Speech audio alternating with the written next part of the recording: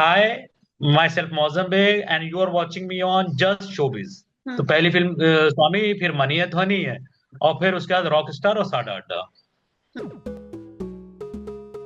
So, hello and welcome to Just Showbiz. I'm Tanisha Chitrash, and today I have with me a very special guest, Indian filmmaker and writer, Mr. Muzam Beg. He has carved a Nike with his writing and storytelling, and has contributed good in our Indian cinema.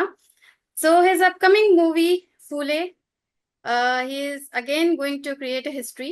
So, let's talk more about his experiences, insights, and everything about Indian cinema. Welcome to Just Showbiz, sir. How are you? Thank you Tanisha, thank you.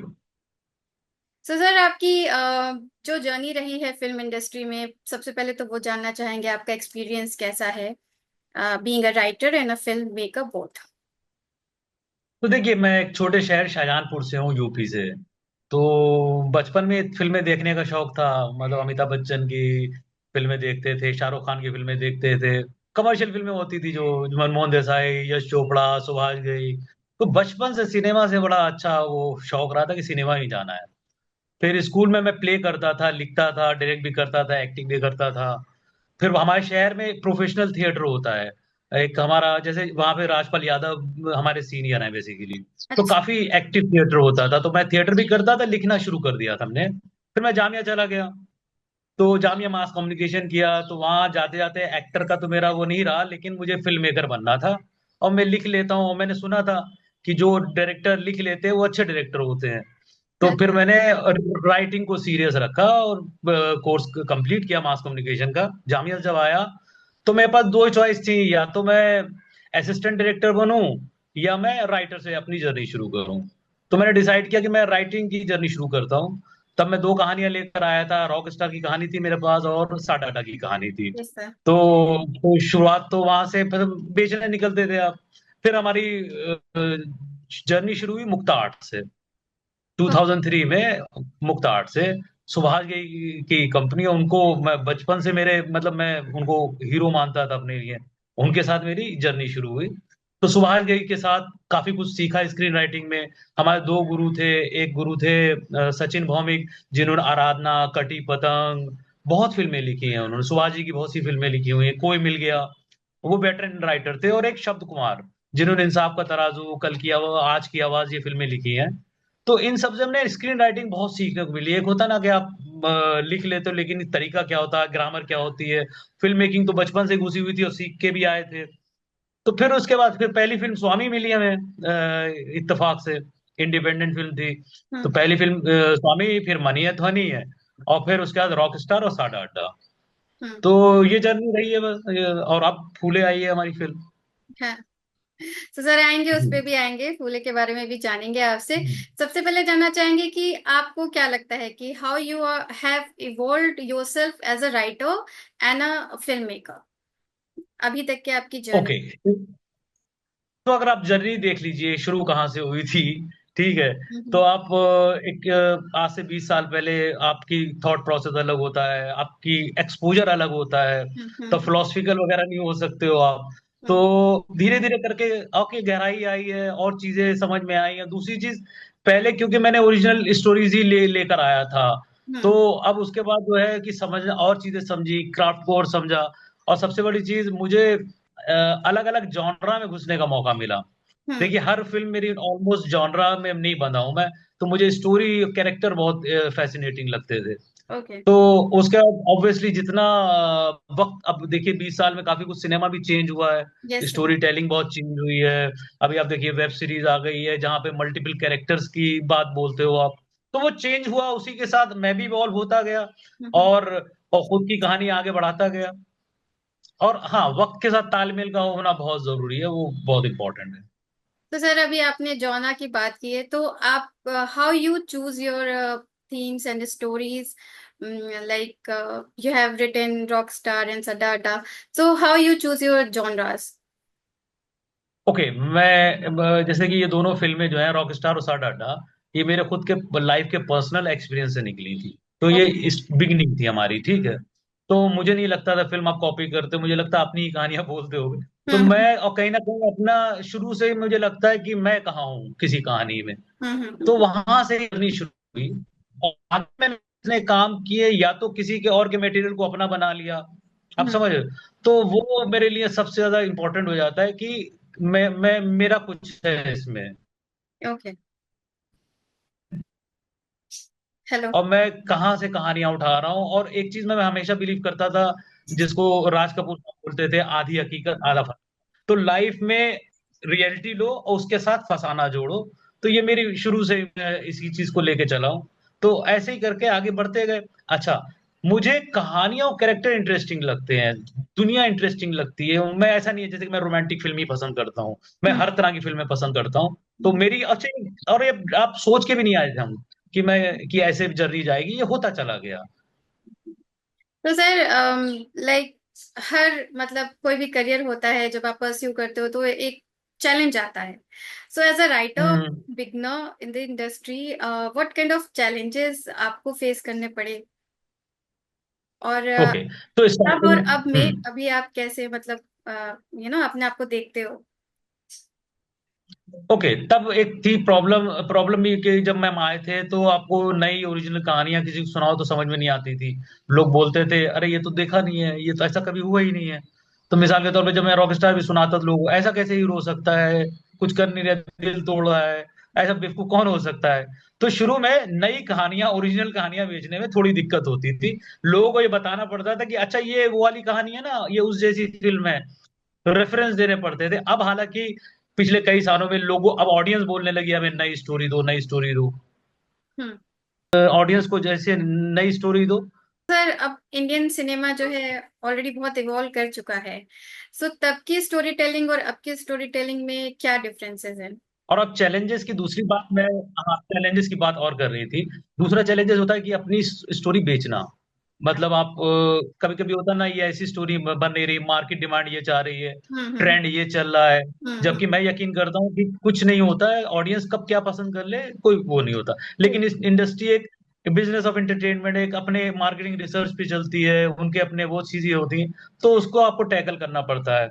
तीसरी चीज जो बहुत सभी जानते हैं कि credit को लेके काफी मसले होते हैं।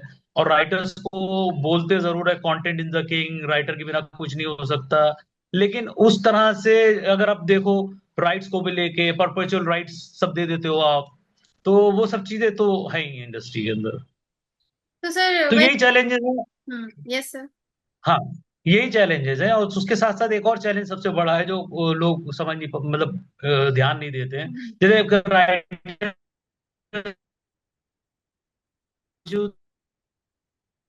नहीं बन पाते हैं कभी, अपने के लिए, अरे ये एक्टर नहीं आ पाएगा, ये नहीं हो रहा है, तो आपने पूरा काम किया हुआ है लेकिन किसी ना किसी वजह से वो प्रोजेक्ट वहां तक नहीं पहुंच पाता है। जब आप स्क्रिप्ट लिखते हो वहीं से शुरू होती कहाँ चीजें। तो वो एक बहुत बड़ा चैलेंज होता है कि यदि आपने एक 6 महीने 8 महीने लगाए, पता अरे एक्टर की डेट्स नहीं है, या ये एक्टर अभी, मतलब इस तरह के चैलेंजेस तो बहुत होते हैं राइटर्स के साथ। तो सर, अब आपका कैसा एक्सपीरियंस है पहले के कंपैरिजन में अगर देखा जाए तो? अब कैसा है after you became popular with your stories and story telling? So अब कैसा है और तब कैसा था? तो देखिए, अभी खुशी तो है, लोग अप्रिशिएट कर रहे हैं काफी कुछ। मैं तो ऑडियंस के रिएक्शन भी देख रहा हूँ, फूले को बहुत अच्छा अप्रिशिएशन हम्म मिल रहा है। लोगों को एक अच्छी फिल्म लग रही है, मीनिंगफुल फिल्म लग रही है। तो अब हम्म एक तो जिम्मेदारी बन जाती है, बढ़ जाती है आपकी आपकी लोगों की एक्सपेक्टेशन बढ़ जाएंगी। तो अब हम्म। वही जिम्मेदारी लेके चलना है। तो यही है, अच्छी फीलिंग है। और अब मुझे लगा कि हम और कहानियां इजिली बोल पाएंगे, लोगों को कन्विंस कर पाएंगे। तो ये एक थोड़ा सा पॉजिटिव फील लग रहा है। तो सर, आपको क्या लगता है कि when you write a story और when you think about any theme, so आपको लगता है कि इंडियन ऑडियंस कैसी स्टोरीज को रिजोनेट कर पाएगी, कनेक्ट कर पाएगी, उस बेसिस पे आप स्टोरी लिखना पसंद करते हो, या यू थिंक कि you right and you think it will get hit? देखिए, पहले तो सबसे पहले खुद को पसंद आना चाहिए। ओके। मतलब मैं खुद फिल्में देखता हूँ तो होता है ना कि हम्म पहले तो मुझे पसंद आना बहुत जरूरी है। हम्म तो ये सबसे इम्पोर्टेंट है, ये नहीं है। और दूसरा चीज ये है कि कहाँ से आ जाती कहानी मालूम नहीं है। हम्म किसी भी मोड से आ सकती है, ऐसा नहीं है कि इसके लिए लिखना है, ऐसे लिखना है, वो नहीं है। ओके। पहले खुद को पसंद आनी चाहिए, सबसे पहले पसंद आना चाहिए। और दूसरी चीज, हमारी ऑडियंस बहुत डाइवर्सिफाइड है। आप हम्म। समझिए, हम्म। जैसे कितने स्टेट हैं, सबके अपने अपने बिलीव हैं, सबके अपने, अब देखिए साउथ की अलग ऑडियंस है, केरला की अलग ऑडियंस हम्म। है, हम्म। हम्म। कन्नड़ की अलग ऑडियंस है। तो हम्म। इस माहौल में पूरे हिंदुस्तान के लिए एक फिल्म बना लेना बहुत मुश्किल काम है, सबसे मुश्किल काम है, जो पहले फिल्म मेकर किया करते थे। ओके। तो अब आप सब तरह, अब आपको भी डिसाइड करना पड़ता है कि ये कहानी का रीच कहाँ तक है। आप समझ रही, कुछ बहुत सी फिल्मों को आपको एक बेसिक बेसिक खाका पता ही चल जाता है कि आप किसको केटर कर रहे हो। तो हम्म। वो ये दोनों चीजें बहुत डिफाइन करती हैं। कभी कभी कई कई फिल्में होती हैं जो बहुत पर्सनल फिल्म होती हैं, जैसे आप फेस्टिवल तक जाती हैं, ठीक है, कई लोग जो है नहीं पूरा मासेस तक लेके जाते, तो उसी हिसाब से, उसी उसी तरह से आप फिल्म को वो करते हैं। तो sir, what who is your target audience, ऐसे देखा जाए तो? तो मैं तो मासेस को, मतलब मासेस मतलब जितनी ज्यादा ऑडियंस हो, जितने ज्यादा लोग मेरी फिल्म देख सके, तो ये, और परिवार के साथ देख सके, तो ये मेरा सबसे बड़ा ऑडियंस है। मैं उसी के लिए मतलब लिख रहा हूँ, वही कोशिश है। और सबसे इंपॉर्टेंट चीज होती है, देखिए इंटरटेनमेंट बहुत इंपॉर्टेंट है फिल्म के लिए। अब थिएटर के लिए अगर आप, बहुत इंपॉर्टेंट होता है। तो मुझे लगता है पहले लोग फिल्म इंटरटेन भी करते थे, कहानियां भी अच्छी बोल देते थे। तो आपकी जिम्मेदारी यही नहीं है कि कुछ बात बोल देना। सोसाइटी देखिए, आप सवाल खड़ा कर सकते हो फिल्म के जरिए, सोसाइटी तो नहीं बदलती ना। या आप एक सवाल खड़ा कर सकते हो, लेकिन फीलिंग तक जा सकते हो, ये सब हो सकता है। लेकिन सबसे पहला धर्म आपका ये है कि आप लोगों को 2 घंटे जो आप बुला रहे हो, उनको एंटरटेन करो, अच्छी तरह से एंटरटेन करो। और उसके लिए सस्ते रास्ते नहीं होने चाहिए। जैसे कि आप देखो कि गाली गलौज कुछ, बहुत कुछ मतलब आप, होता ना, एंटरटेन के लिए कुछ भी कर सकते हैं। और अब इसलिए देखिए, जो अच्छी फिल्में हैं, जो पुराने ऋषिकेश मुखर्जी जो अब तक टाइमलेस हैं, क्यों अच्छी लगती हैं फिल्में? क्योंकि आप देख सकते हो उनको, अभी भी बार बार देख सकते हो। So, sir, talk something about your upcoming movie, Fule. What drew you to this project? Like, from where you got inspiration to write or to create this your upcoming movie? Okay, तो ये film तो release हो चुकी, by the way, 25 अप्रैल को release हुई है। Okay, sir. और हमें काफी अच्छे रिव्यूज भी मिले हैं। हाँ जी जी, काफी अच्छे रिव्यूज मिले हैं इस पे। और अभी स्लोली स्लोली पिकअप भी कर रही है, और ऑडियंस बहुत पसंद कर रही है। Hmm. तो ये इंस्पायर्ड क्या है, ये हमारे एक प्रोड्यूसर है, डांसिंग शिवा फिल्म्स है, जिसमें अनुया चौहान को देचा और रितेश को देचा, ये प्रोड्यूसर्स हैं। ये लोग पहले ही ज्योतिबा फुले सावित्रीबाई फुले की लाइफ पे फिल्म बनाना चाहते थे। Okay. तो उसके बाद आनंद महादेवन भी ऑन बोर्ड थे। फिर उसके बाद तो मैं ज्वाइन किया कि ठीक है, इसका राइटिंग करनी है और डायलॉग अलग लिखने हैं। वहां से मैंने ये जर्नी शुरू की। तब भी मुझे भी, जैसे बहुत से लोग नॉर्थ में, अभी भी ज्योतिबा फुले सावित्रीबाई फुले के बारे में इतना मालूमात नहीं है, ठीक है। तो मुझे भी उतनी नहीं थी, बेसिक बेसिक थी। तो जब मैं रिसर्च करने बैठा हूँ, तो मेरे को तो एक ऐसी दुनिया खुली है कि 1848 में ऐसा होता था। वो मतलब स्कॉटिश इंग्लिश स्कूल से पढ़े हुए थे ज्योतिबा फुले, 13 साल की उम्र में अपनी वाइफ को पढ़ा रहे हैं, ठीक है। इतने प्रोग्रेसिव आदमी, इतना मतलब मतलब he was the first feminist basically. तो उस जमाने में जो दुनिया थी, और एजुकेशन का क्या चल रहा था, वो पीरियड क्या था, और उस पीरियड में इन दो लोगों ने, ज्योतिबा फुले सावित्रीबाई फुले ने जो काम किया है, Hmm. और उनका जो संघर्ष था, तो मैं उनके साथ ही बहुत जुड़ गया। मतलब कि यार कितना बड़ा इनका मतलब योगदान है हमारी सोसाइटी के लिए, Hmm. और किस तरह के इंसान थे। तो वो Okay. लिखते लिखते फिर अब जिम्मेदारी बन जाती है, जब आप इतने बड़े लोगों के लिए फिल्म लिख रहे हो। तो मतलब अच्छा, दूसरी चीज, फिल्म कहीं ना कहीं कास्टिज्म के बारे में भी है। तो Hmm. आज जिस माहौल में आप हो, तो आप कोई भी किसी को भी ऑफेंड कर सकते हो, कोई भी मुद्दा, किसी भी लाइन पे कोई आपको ट्रोलिंग हो सकती है। तो हमारी नियत ये थी कि यार ये फिल्म एक हिंदुस्तान के लिए बनाई जाए, हर स्टेटा के लिए बनाई जाए, और एक इसमें कोई किसी तरफ झुकाव नहीं होना चाहिए, ईमानदारी से। पास्ट में जो हुआ, ठीक है, आपको बताया है, लेकिन वो भविष्य ठीक करने के लिए बताया गया है, उसके पीछे पर्पज ये था। और उसी पर्सपेक्टिव से हमने फिल्म लिखी। और आज वो जो हमारे लिखे डायलॉग से लेके फिल्म के अंदर सब कुछ कनेक्ट कर रहा है, हम ऑडियंस को, लोग देख रहे हैं। नॉर्थ साउथ में बहुत हाउसफुल थिएटर चल रहे हैं। तो लोग देख देख के थोड़ा जो है इमोशनल भी हो रहे हैं, तो उससे बड़ी खुशी नहीं हो सकती। आपने 2 साल जिस पे मेहनत की, इस फिल्म में मैं शूट पे भी रहा हूँ, पोस्ट प्रोडक्शन में भी जुड़ा रहा लास्ट तक। It was like my baby too. तो बहुत अच्छा रिस्पॉन्स शुरू में, ऐसा मतलब बहुत ऐसा नहीं था कि बहुत बड़े नंबर्स थे रिलीज होने के बाद, लेकिन धीरे धीरे धीरे लोगों तक पहुंच रही है, लोग पसंद कर रहे हैं। और हम उम्मीद करते हैं ये फिल्म ज्यादा ज्यादातर लोग पहुंचे, क्योंकि ये बहुत इंपॉर्टेंट फिल्म बन गई है। तो ये बहुत बड़ी खुशी है कि आज आप इस फिल्म से जुड़े हो। और एज ए पर्सन भी मैं बहुत थोड़ा चेंज हुआ हूँ। चेंज इन द सेंस, मतलब कि आप दिल से लिखते हो जब किसी को पढ़ते हो। तो हम्म, ज्योतिबा फूले ने, हमने तो पूरा रिसर्च किया हुआ था कि भाई किस कैसे दूसरे लोगों के लिए उसने अपनी जिंदगी समर्पित कर दी। हम कुछ तो कर सकते हैं, उन्होंने तो पूरी जिंदगी समर्पित कर दी है। आप अपने से दबे कुछ लोगों के लिए या किसी इनजस्टिस के लिए खड़े हो रहे हो। हम क्या होता है कि सिर्फ हम अपनी ही जिंदगी देख रहे होते हैं, अपने ही फायदे नुकसान देख रहे होते हैं। तो ये जो है मुझे एज ए पर्सन जो है बहुत हिट किया, और मुझे लगा कि ये मेरी भी जिम्मेदारी बनती है। और फिल्म से हमारा ये है कि अगर लोगों की सोच थोड़ी और, अगर पैगाम पहुंच जाए उनका, तो इससे बड़ी खुशी नहीं हो सकती। और लोग रिएक्ट अच्छा कर रहे हैं, समझ रहे हैं। अच्छा सर, एज अ राइटर और a film maker, do you get a free hand to express yourself, और कुछ आपके ऊपर ऐसा कमर्शियल प्रेशर या क्रिएटिव फ्रीडम आपको दिया जाता है, या you write under kind of restriction कह लो, या फिर एक तरह का प्रेशर, देखिए मैं यू रेस्ट्रिक्शन गेट बस फ्री समझ हैंड? गया। हाँ, यस सर। देखिए शुरू में मैं बहुत जिद्दी था। जब मैं नया नया आया था कि मैं बहुत जिद्दी था, मैं नहीं सुनता था। और धीरे धीरे ये समझ में भी आया। जब आप देखिए फिल्म राइटिंग जो होती है, एक कई लोग मिल के बना रहे होते हैं, हम्म, कई दिमाग लग रहे होते हैं उसके अंदर।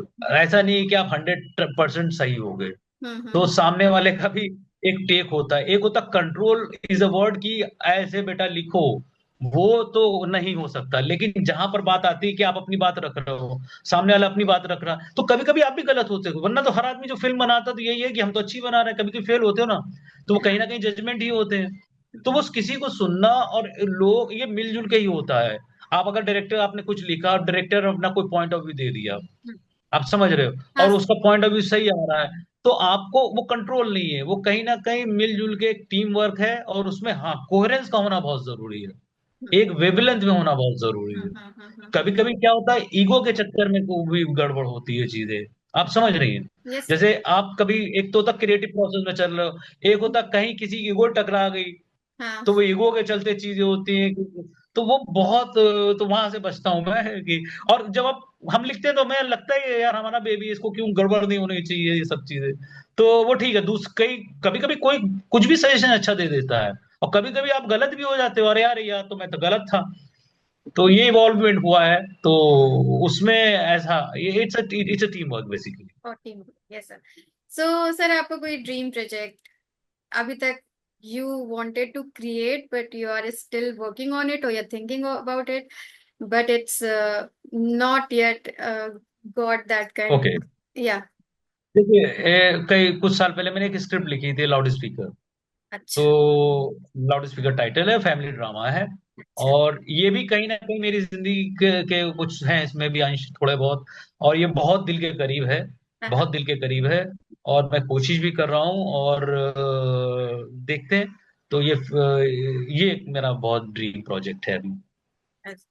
तो लास्टली सर, वो जानना चाहेंगे कि एक यू नो जो आपके एक बडिंग राइटर्स होते हैं या फिर जो स्क्रिप्ट राइटिंग करना चाहते हैं, उनको आप क्या एडवाइस देना चाहेंगे अपने पर्सनल एक्सपीरियंस? देखिए मेरा तो ये कहना, जैसे कहते हैं आई हैव समथिंग टू से, और एक होता है I have to say something. अच्छा। तो I have to say something, तो जहां वो आ जाए तो वो लिखो, कि यार ये मुझे लिखना है। ठीक है, कोई कुछ भी बोले, और ये देखिए सही गलत कुछ होता नहीं है, ट्रेंड चेंज हो जाते हैं, बहुत कुछ होता है। आपका दिल क्या बोल रहा है वही, कि आप कुछ कहना चाहते हो, पहली चीज। दूसरी चीज, आप कितने नया हो सकता है, कितने ओरिजिनल हो सकते हो, आप कितने ओरिजिनल, कितने अनप्रिडिक्टेबल हो सकते हो। ये दो तीन चीजें बहुत इंपॉर्टेंट है। और एक चीज जो मैंने भी ऑब्जर्व की, जो महसूस की, देखिए एआई आ गया है। ठीक है, Yes, अब लोग चैट जीपीटी का इस्तेमाल कर रहे हैं, ठीक है। तो yes. हमने भी देखा है कि उसका, हालांकि लोग बोलते हैं प्रॉम्प्ट पे ही बेस्ड है वो, तो फिर भी मुझे मुझे अभी फिलहाल तो यही लगता है कि इमोशन नहीं पकड़ सकता है, वो फीलिंग नहीं, वो आपको डाटा के थ्रू कनेक्ट करके दे देगा। अब हम्म, जैसे कि जितने भी इनिशियल राइटर्स या फिल्म मेकर्स को आप देखिए, होता ये है कि हम लोग जिंदगी देख के ही जिंदगी निकालते हैं। जैसे अभी कितने नॉवलिस्ट वगैरह को, मेकर का सुन लो, उन्होंने लाइफ में कोई बस अड्डे पे एक कैरेक्टर देखा था, उस कैरेक्टर को देख के कुछ लिख दिया था। आप समझ रहे हो, yes. आपने कुछ देखा, ऑब्जर्व किया, उसी को लिखा, उसको फील किया, देखा, वो ह्यूमन चीज है पूरा। हम्म, अब ये एआई नहीं दे सकता आपको, हम्म, true. ये नहीं दे सकता है। तो ये चीज समझने की बहुत जरूरी है कि ठीक है, वो जरूरत के लिए करें हम्म, कि आप बाउंसिंग बोर्ड की तरह ये है, लेकिन वो क्रिएटिव पार्ट, जो फीलिंग वाला पार्ट है, जो हम्म, लाइव ऑब्जर्व करने वाला, लाइव की तरफ देखना ना बंद करें आप। हम्म। Thank you so much, thank you so much. And बहुत हम्म। अच्छा लगा बात करके, जानने को मिला इंडियन सिनेमा के बारे में, राइटर्स की struggle, challenges, everything. So I hope, I wish very good luck for your new movie Phule. I hope it reach its, मतलब break its own record. So thank you, thank you so much. Thank you, thank you.